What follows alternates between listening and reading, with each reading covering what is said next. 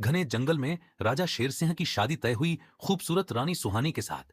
पूरे जंगल में खुशी की लहर दौड़ गई। शेर सिंह का भाई वीर शेर ने सब जानवरों की मीटिंग बुलाकर कहा कि कोई भी शादी में छूटना नहीं चाहिए।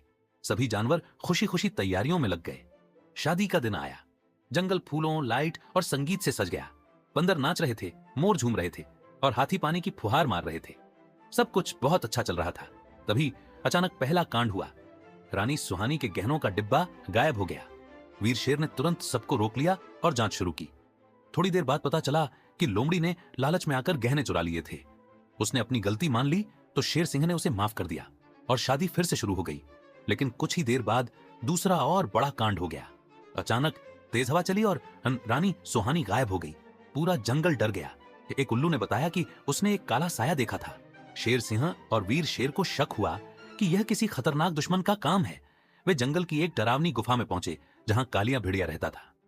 अंदर जाकर उन्होंने देखा कि रानी सुहानी कैद थी। कालिया भेड़िया ने बताया कि वह जंगल का राजा बनना चाहता है और इसी वजह से उसने यह सब किया। फिर शेर सिंह और कालिया के बीच जोरदार लड़ाई हुई। आखिरकार शेर सिंह और वीर शेर ने मिलकर कालिया को हरा दिया और रानी सुहानी को बचा लिया। लेकिन हारते वक्त कालिया ने एक बड़ा राज बताया कि वह अकेला नहीं है और गहनों की चोरी और रानी का अपहरण एक बड़े प्लान का हिस्सा था। यह सुनकर सब चौंक गए क्योंकि असली दुश्मन अभी भी जंगल में छिपा हुआ था।